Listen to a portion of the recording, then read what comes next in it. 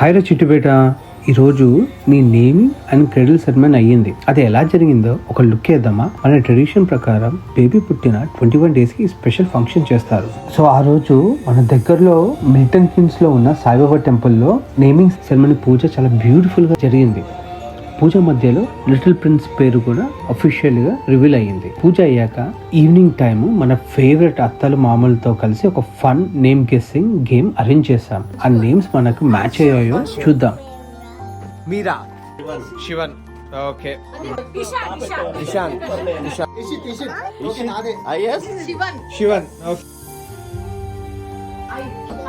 నువ్వే ఓపెన్ చేయి.